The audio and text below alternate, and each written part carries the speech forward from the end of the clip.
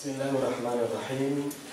Assalamualaikum warahmatullahi wabarakatuh.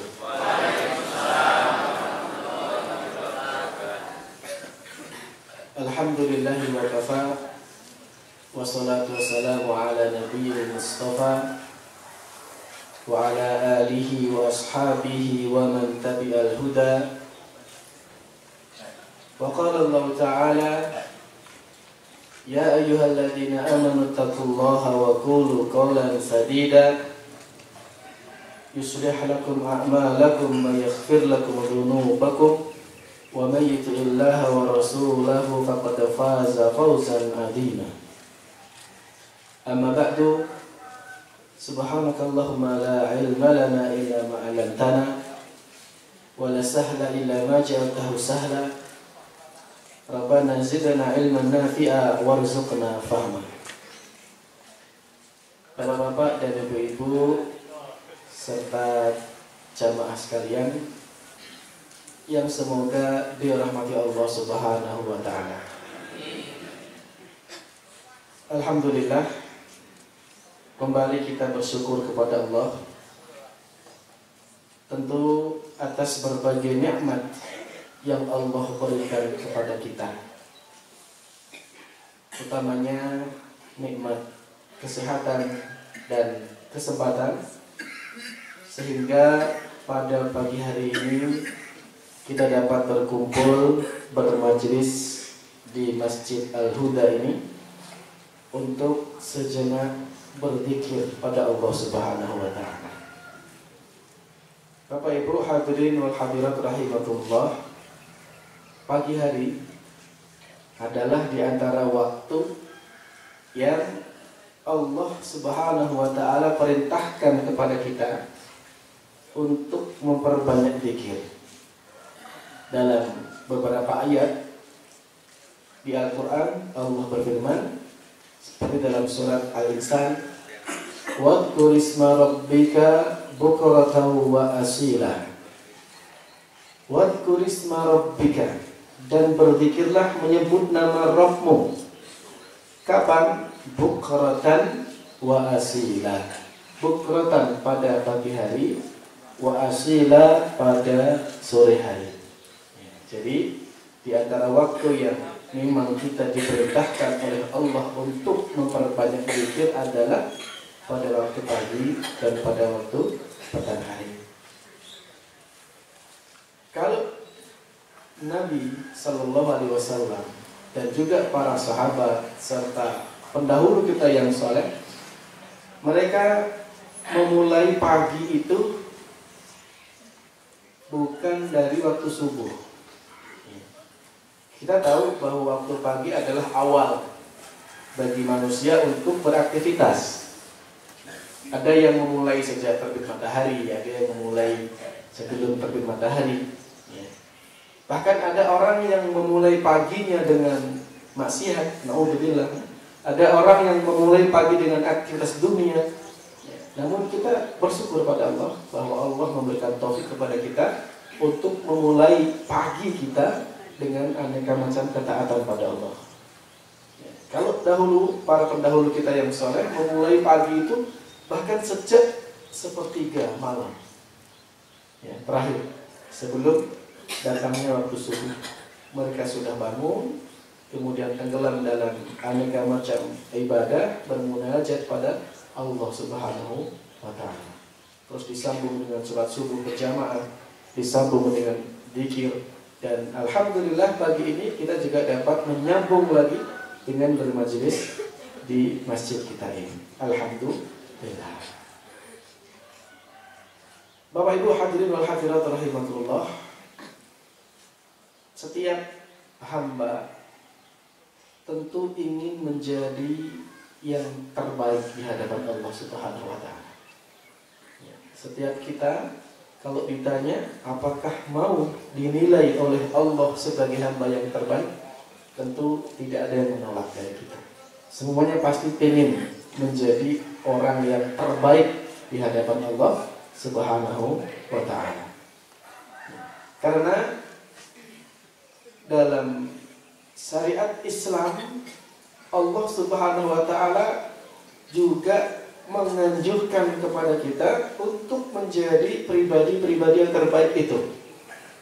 Jadi syariat mengajarkan kepada kita untuk kemudian berlomba-lomba menjadi yang terbaik di hadapan Allah Subhanahu wa taala. Dalam banyak ayat Allah mengingatkan hal itu. Di antaranya dalam surat Al-Baqarah Allah berfirman, "Fastabiqul khairat." Berlomba-lombalah dalam kebaikan. Dalam surat Ali Imran Allah mengingatkan, "Wasari'u ila maghfiratin min rabbikum wa jannatin 'arduha samawati wal ard." Bersegeralah menuju ampunan dan surga Tuhanmu yang seluas langit dan bumi. Dalam surat Ad-Dariyat Allah berfirman, "Fafirru ilallah." Berlarilah menuju Allah. Dalam surat Al-Mutaffifin Allah juga menyebutkan setelah menceritakan tentang kenikmatan surga dengan berbagai macam kelezatannya, lalu Allah menyebutkan, "Wa fi dzalika falyatanafasul mutanafisun." Untuk surga yang demikian itu hendaklah kalian berlomba-lomba untuk mendapatkannya.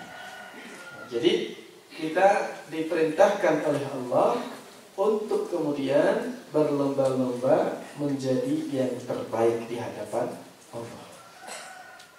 Kemudian Bapak Ibu sekalian, kita juga layak untuk bersyukur lagi bahwa untuk menjadi yang terbaik di hadapan Allah itu bukan cuma monopoli 1-2 orang, enggak. Ternyata ada banyak sifat, ada banyak kriteria untuk menjadi yang terbaik di hadapan Allah. Semakin banyak kriteria-kriteria ini ada dalam diri kita, maka semakin besar peluang kita untuk menjadi yang terbaik di hadapan Allah. Jadi untuk menjadi yang terbaik niku kata kriteria pun, caranya pun kata. Semakin banyak sifat dan kriteria itu ada dalam diri kita, tentu semakin besar peluang kita untuk mendapatkan predikat yang terbaik di hadapan Allah. Nah, kita ingin mengkaji beberapa kriteria-kriteria yang disebutkan oleh Rasulullah SAW. Siapa orang-orang yang terbaik itu? Pertama, hadis yang diriwayatkan oleh Imam Bukhari Muslim dari sahabat Utsman bin Affan radhiyallahu taala anhu. Dia berkata, saya mendengar Rasulullah sallallahu alaihi wasallam bersabda, khairukum man ta'allama al-Qur'an wa 'allamahu. Sebaik-baik orang di antara kalian adalah orang yang mau belajar Al-Qur'an dan mau mengajarkannya. Ini kriteria yang pertama kalau kita ingin menjadi yang terbaik di hadapan Allah. Caranya pun sepindah, mau belajar Al-Quran dan kemudian kita juga mau mengajarkan Al-Quran. Hadirin wal hadirat rahimakumullah. Al-Quran adalah kalamullah. Al-Quran adalah kalamullah. Maka Al-Quran itu berisi perkataan yang paling mulia. Sehingga para ulama menjelaskan, siapapun dan apapun yang berhubungan dengan Al-Quran, maka dia akan menjadi yang paling mulia.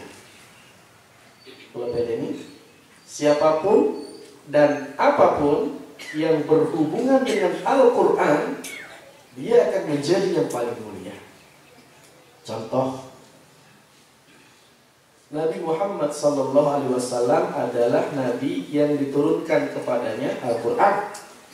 Maka jadilah Nabi Muhammad Nabi yang paling mulia dibandingkan seluruh Nabi-Nabi yang lain. Al-Quran Allah turunkan melalui perantara malaikat Jibril.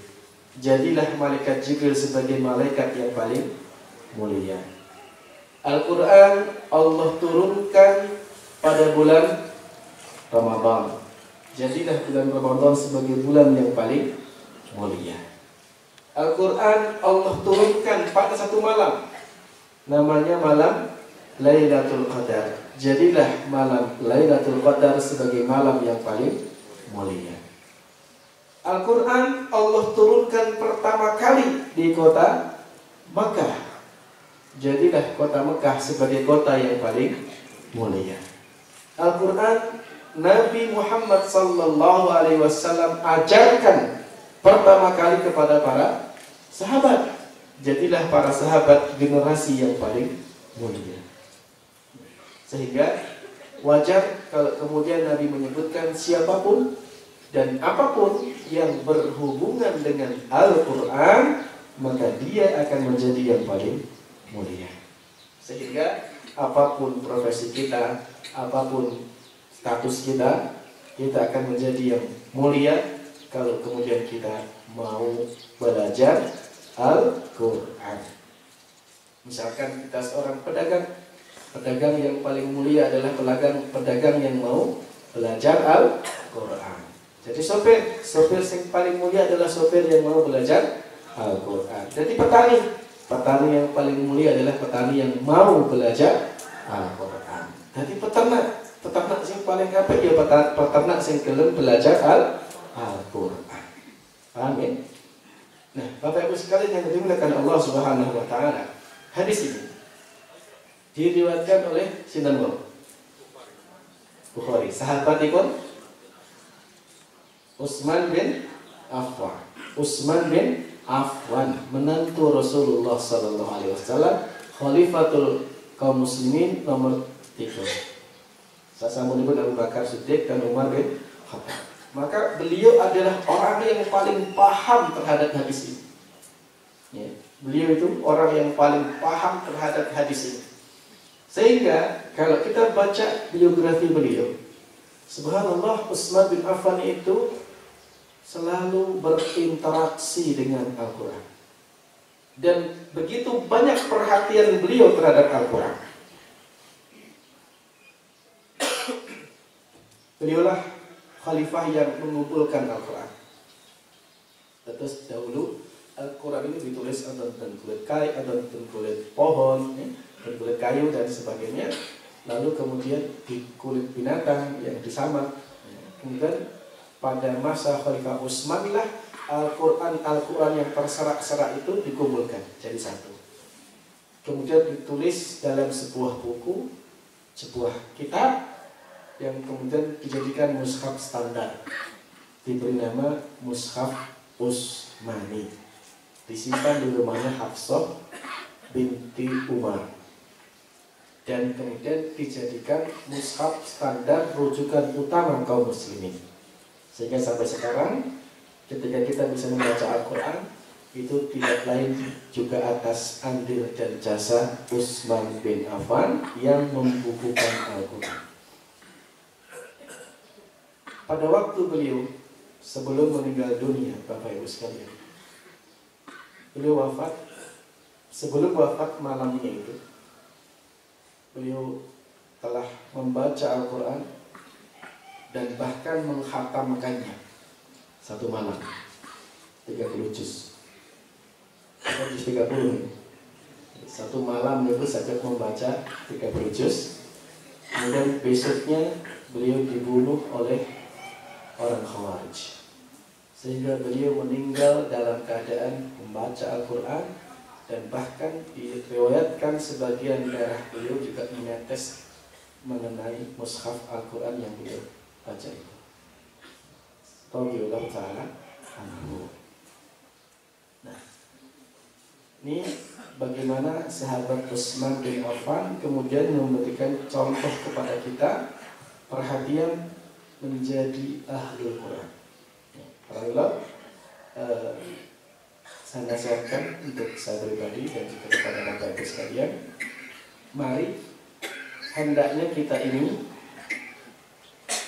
memujai generasi-generasi yang ahlul Quran.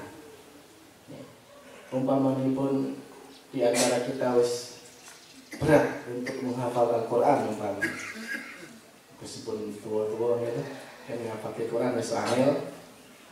Maka kalau kita sudah merasa berat untuk menghafalkan Al-Quran, paling boten mari kita jangan gagalkan anak-anak kita, cucu-cucu kita ada yang hafal Quran. Paling boten ada di antara keturunan kita atau keluarga kita nonton sing hafal Al-Quran, sehingga dengannya kita pun juga akan diberikan kemuliaan oleh Allah Subhanahu wa Ta'ala.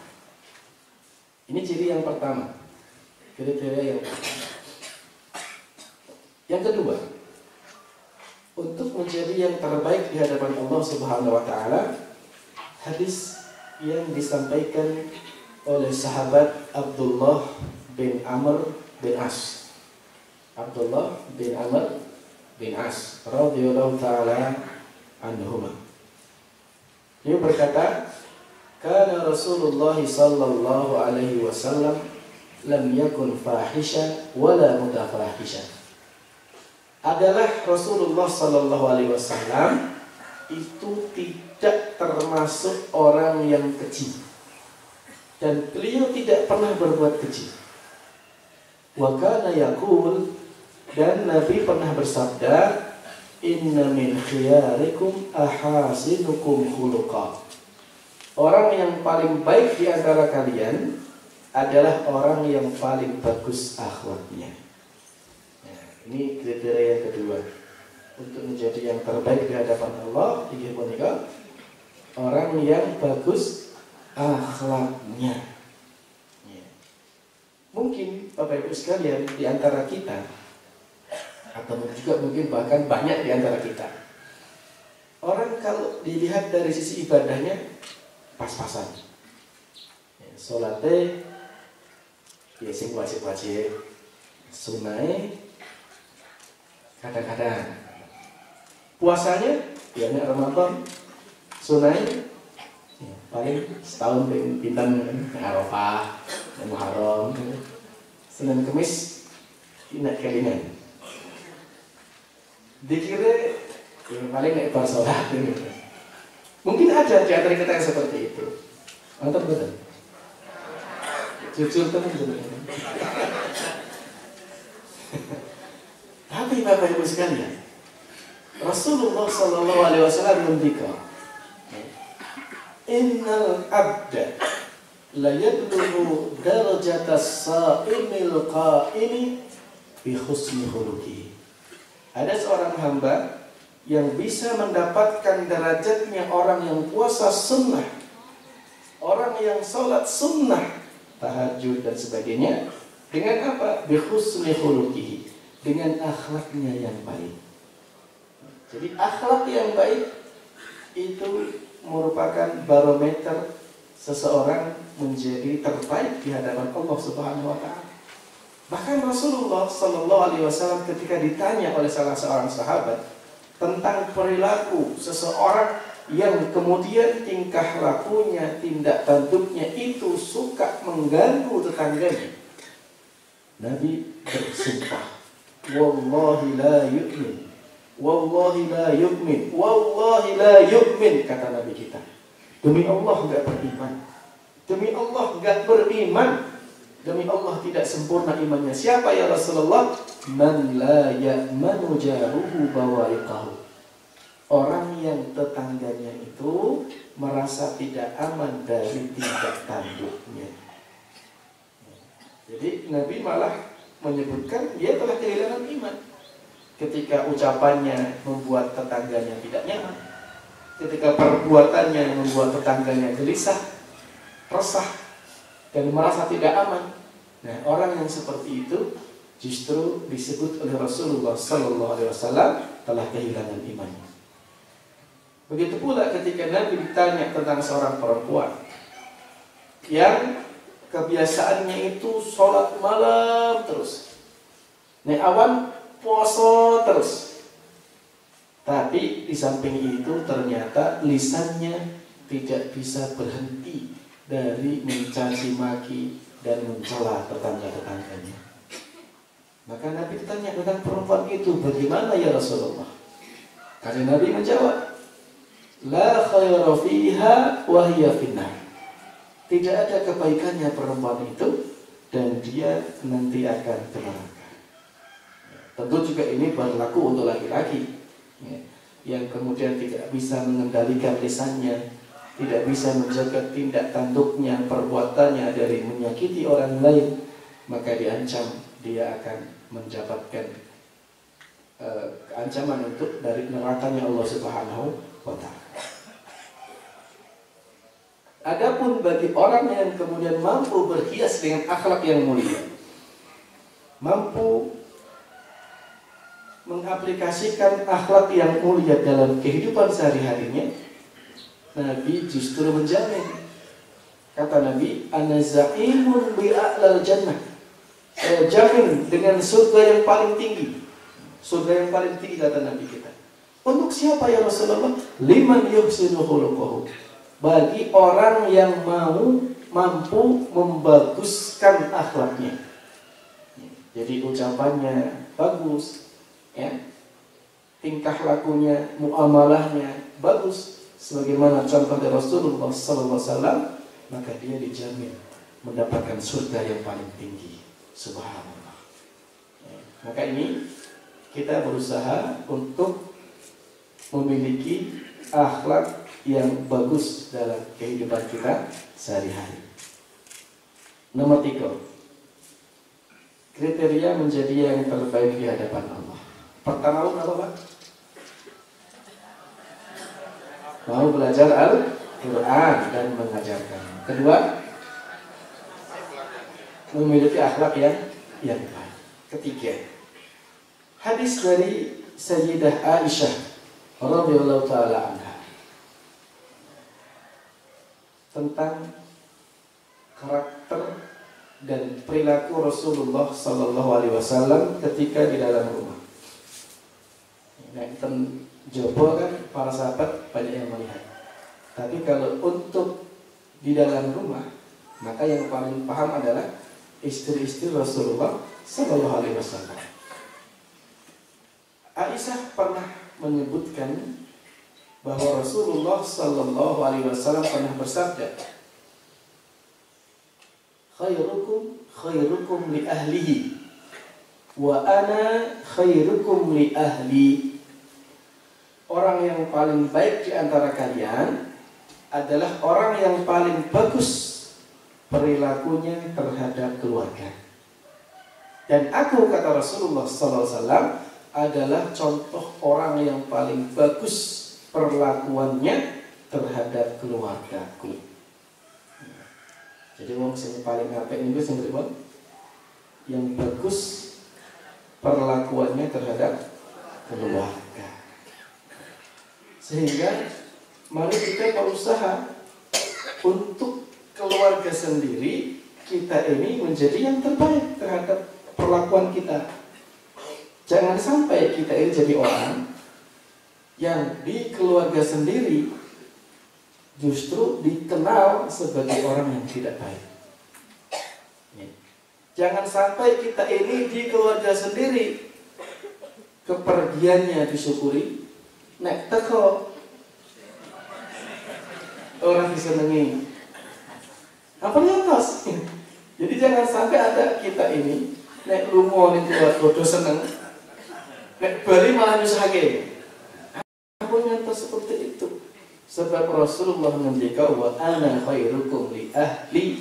Aku iki wong sing paling apik terhadap keluarga.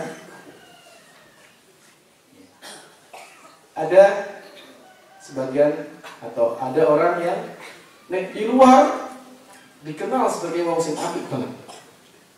Ini keluarga dhewe, keluargane ngomong naudzubillah.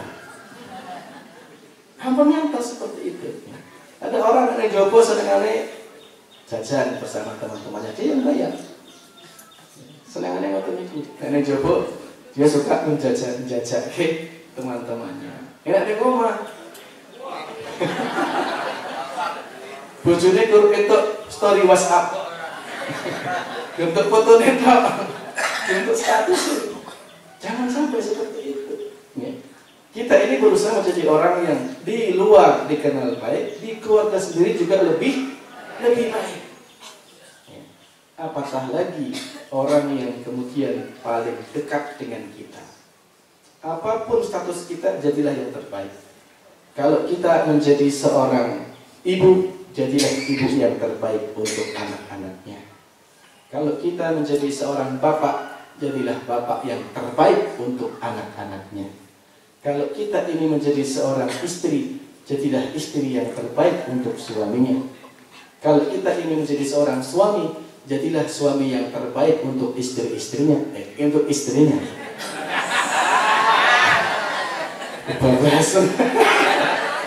Kalau kita jadi suami, jadilah suami yang terbaik untuk istri. Kalau kita jadi simbah, jadilah simbah yang terbaik untuk cucu-cucunya. Sebaliknya, kalau kita jadi cucu, ya jadilah cucu yang terbaik untuk simbah. Jadi anak, jadilah anak yang terbaik untuk kedua orang tuanya. Kita berhati-hati, apalagi yang namanya orang tua, Bapak Ibu sekalian. Orang tua itu makhluk keramat, makhluk yang keramat. Allah mewanti-wanti dalam Al-Quran agar kemudian kita ini betul-betul berbakti pada keduanya. Kita lihat perintah Allah dalam surat Al-Isra ayat 23, itu perintah Allah berkaitan dengan haknya orang tua. Allah berfirman, wa qadha rabbuka alla ta'budu illa iyyah. Dan Allah menetapkan agar kalian tidak beribadah kecuali hanya untuk Allah. Setelah itu apa? Wa bil walidaini ihsana. Dan terhadap kedua orang tuamu ihsana, berbuat baiklah. Berbuat baik pada kedua orang tua kita. Kanjeng Nabi pernah ditanya oleh seorang sahabat, ya Rasulullah, man ahaqqun nasi bi husni suhbati? Siapa orang yang paling berhak mendapatkan perlakuan baik dariku? Nabi menjawab, ummuka, ibumu. Siapa lagi ya Rasulullah? Ummuka, ibumu. Siapa lagi ya Rasulullah? Ummuka, ibumu ping 3. Siapa lagi ya Rasulullah? Tsumma abu. Kemudian bagaimana kita bermuamalah dengan orang tua kita? Dalam lanjutan ayat tadi Allah menyebutkan, imma yablughanna indaka al-kibara ahaduhuma aw kilahuma. Kalau kamu mendapati salah satu dari keduanya atau kedua-duanya masih hidup di masa tuanya, fala taqul lahuma uff. Pertama, jangan pernah kamu berkata uff.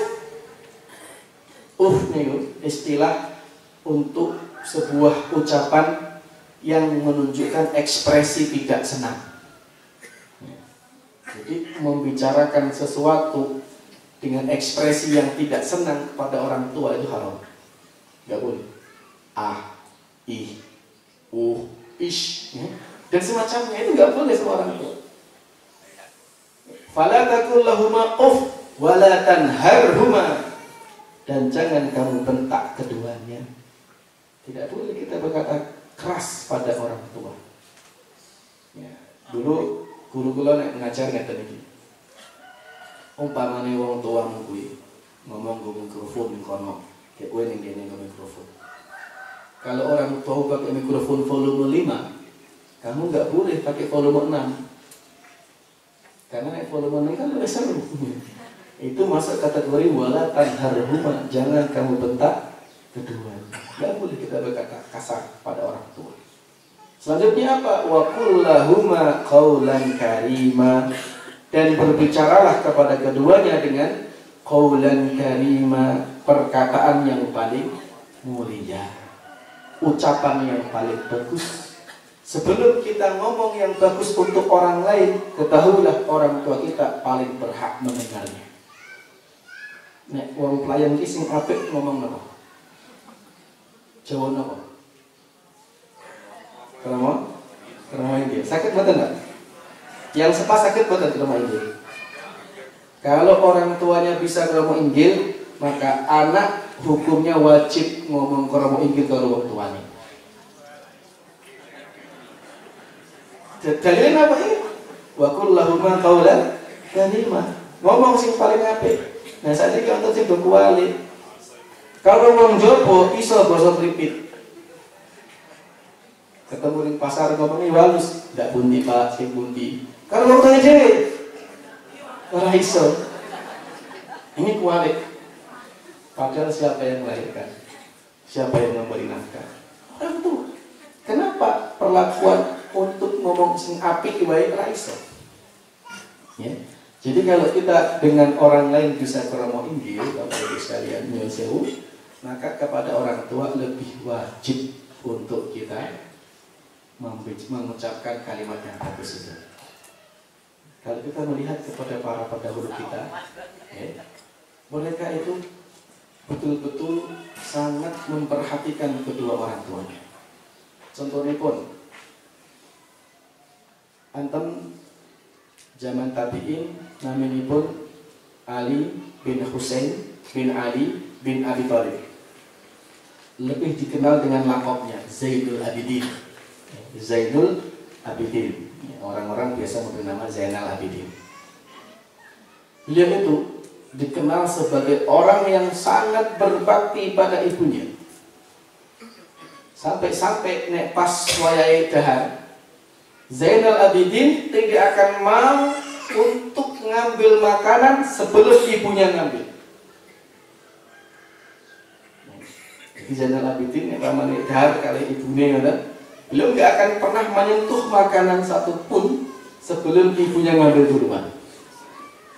Ditanya alasannya kenapa, maka beliau menjawab, jangan sampai saya mengambil makanan yang makanan itu sebenarnya harus dilirik sang ibu, ini kalah cepat. Dengan demikian saya durhaka pada ibu saya. Tekan sementon betul yang mikir.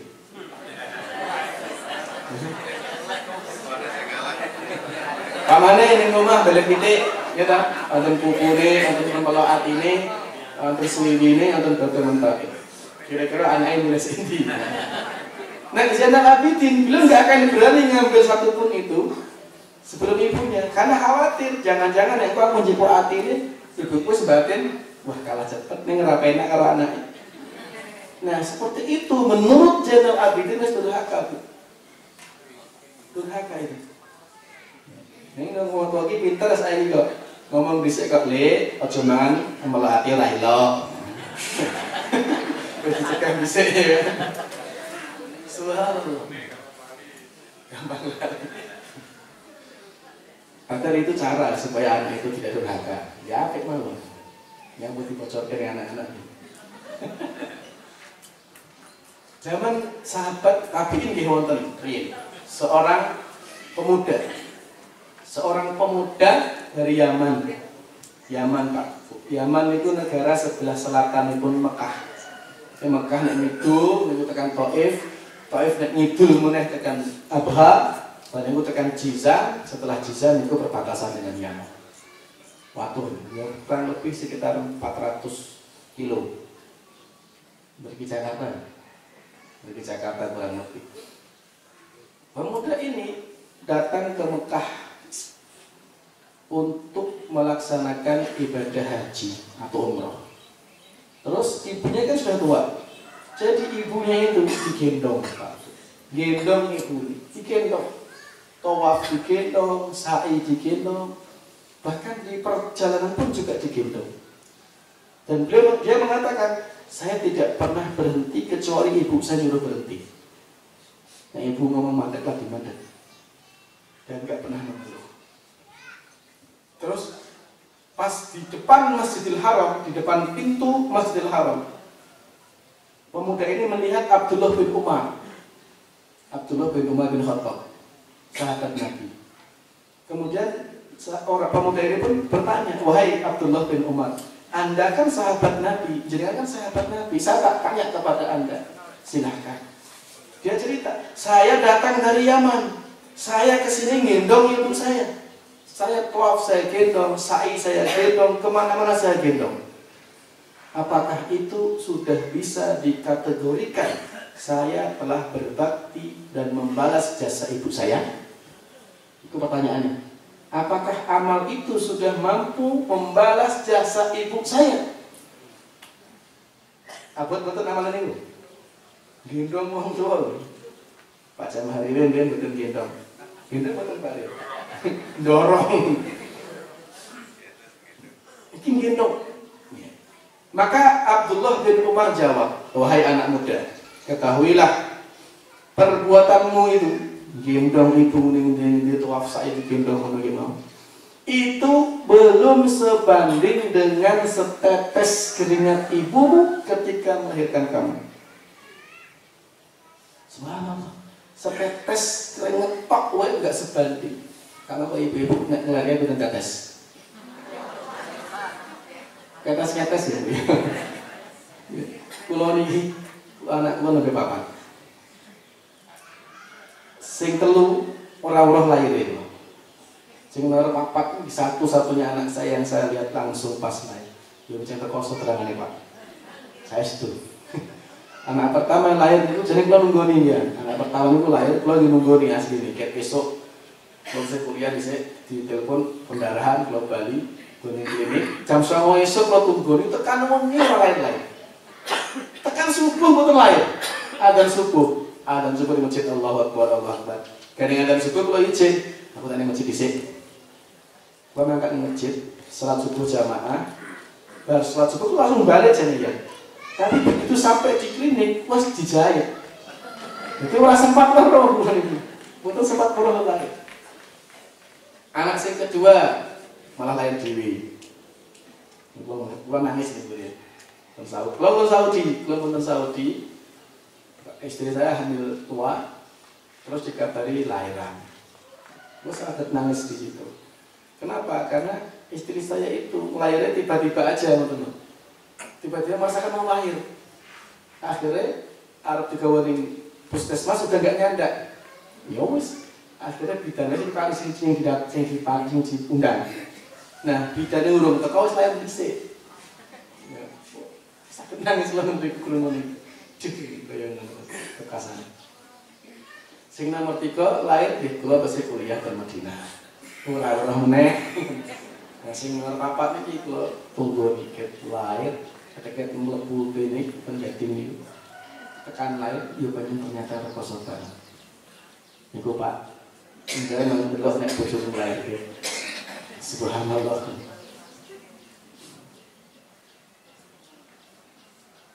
Riyen wonten sahabat tabi'in naminipun Imam Hasan Al-Basri. Hasan Al-Basri Basrah, saat ini Bu Irak. Itu juga pernah ditanya oleh seorang pemuda. Kita ngerti, wahai Imam, saya ini punya bapak. Saya ini punya bapak. Bapak saya sudah tua. Wis tua, pikun, sakit, lorone komplikasi.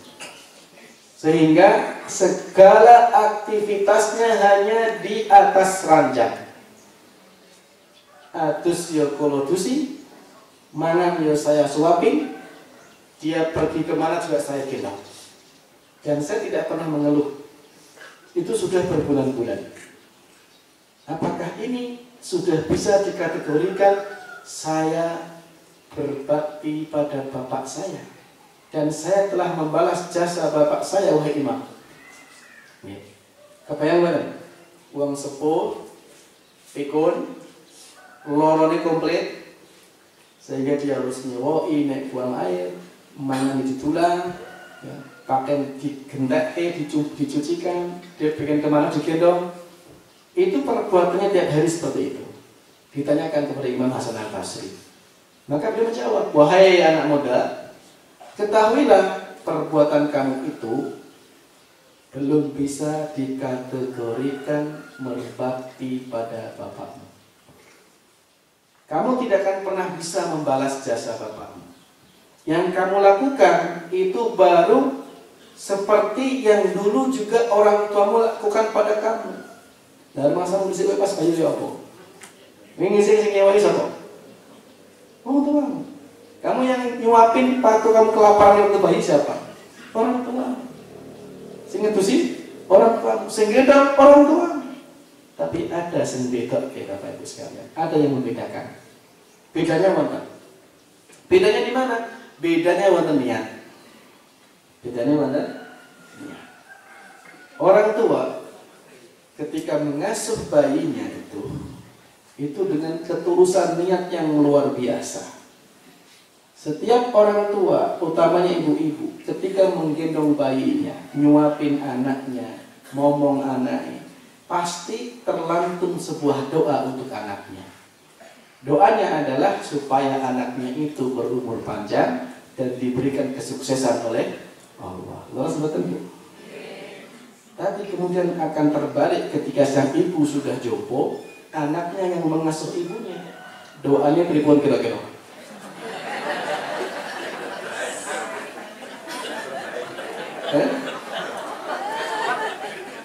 Doa mana? Doanya kira-kira pripun?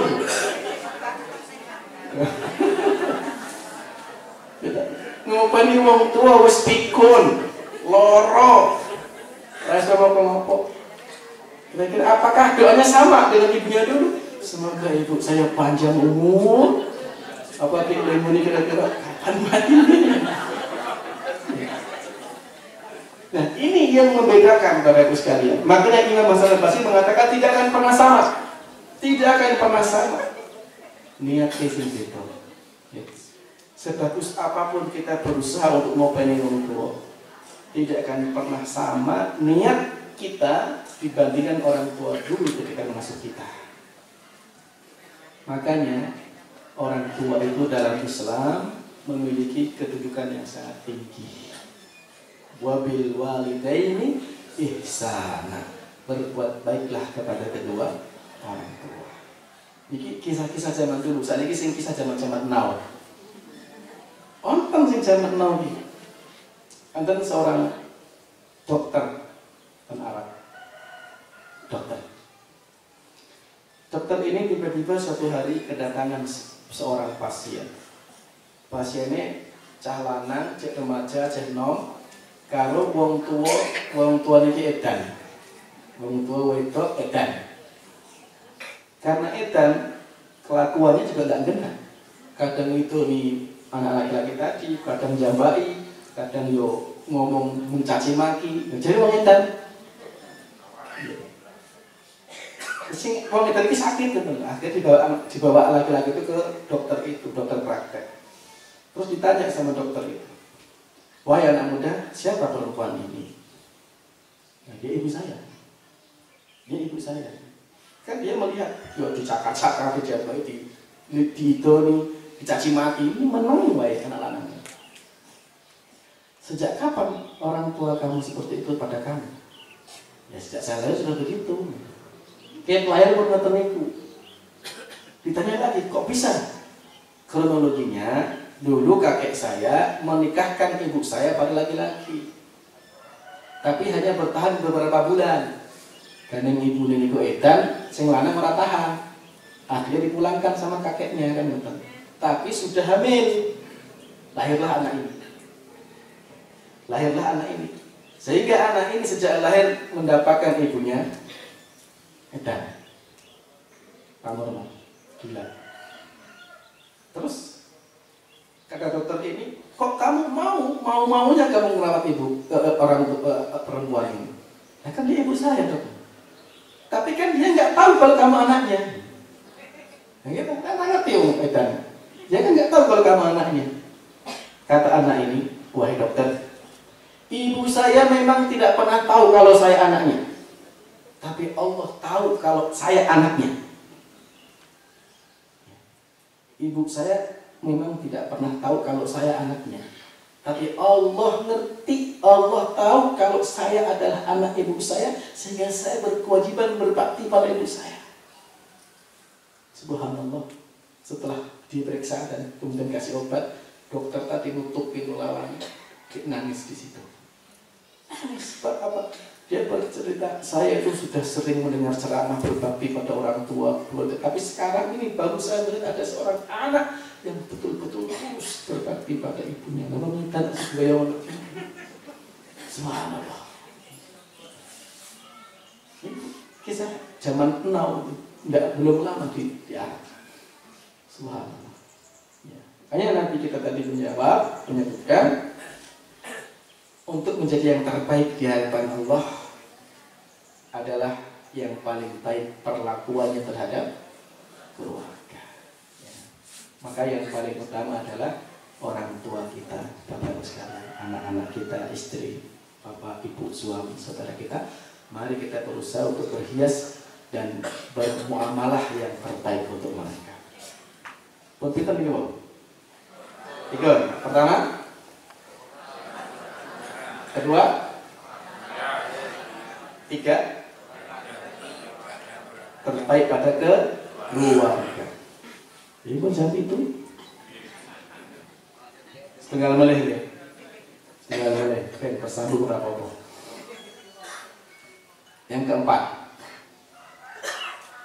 Rasulullah Sallallahu Alaihi Wasallam bersabda, hadis Imam Tirmidzi.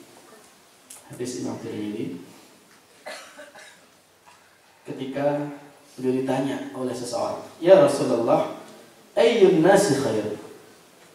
Wong sing paling apik itu sing pripun? Kanjeng Nabi jawab, man tala umruhu wa hasuna amaluhu. Orang yang panjang umurnya dan bagus ibadahnya, itu wong sing paling apik. Ditanya lagi sama sahabat ini, wa man syarrun nas? Siapa orang yang paling buruk? Maka Nabi menjawab, man tala umruhu wa syarra amaluhu. Orang yang panjang umurnya tapi buruk juga amalnya. Ya, tapi wong sing paling apik niku wong sing umure dawa tapi bagus ibadahnya.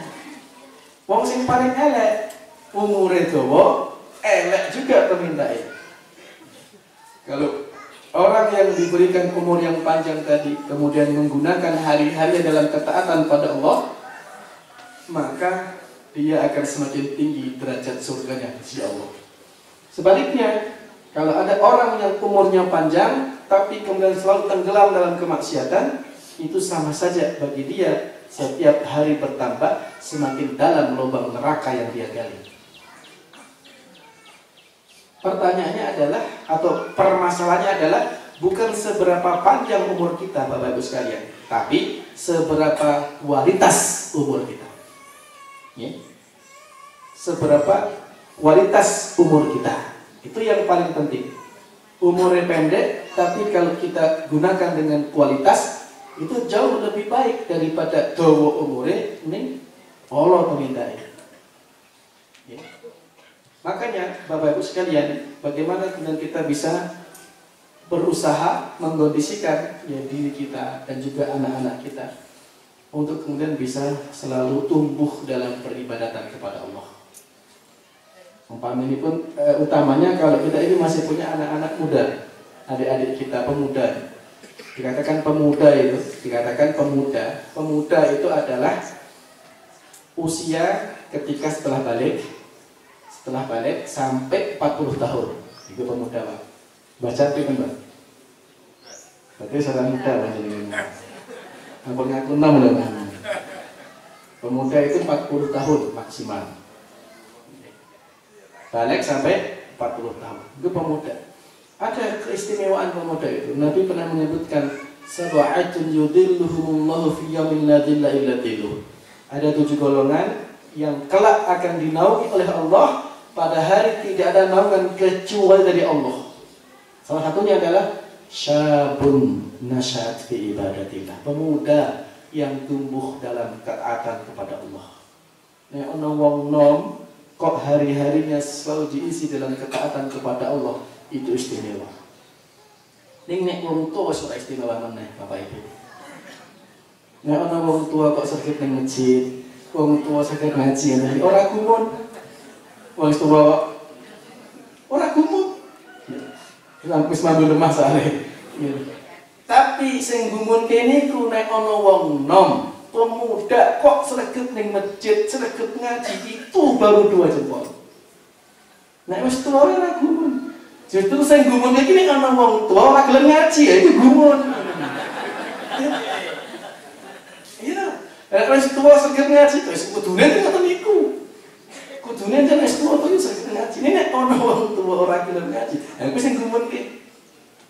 Sing gumun ki meneh nek ono wong pemuda gelem ngaji karena dia tidak sama dengan pelaku dunianya ngono. Kok kemudian mau beribadah pada yang baru luar biasa dijamin oleh Nabi yudilluhumullahu fi yaumin la dhilla illa dhillah. Ya. Oke, sampun sekawan belian ya. Jam itu pun cukup. Mudah-mudahan Allah memberikan taufik kepada kita untuk kemudian bisa melakukan amalan-amalan yang kemudian akan dinilai oleh Allah sebagai hamba-hamba yang terbaik di hadapan Allah Subhanahu wa Ta'ala. Semoga ada manfaatnya, kurang lebihnya mohon dimaafkan. Hadanallahu wa iyyakum ajma'in wa akhiru da'wana alhamdulillahi rabbil alamin. Wassalamualaikum warahmatullahi wabarakatuh.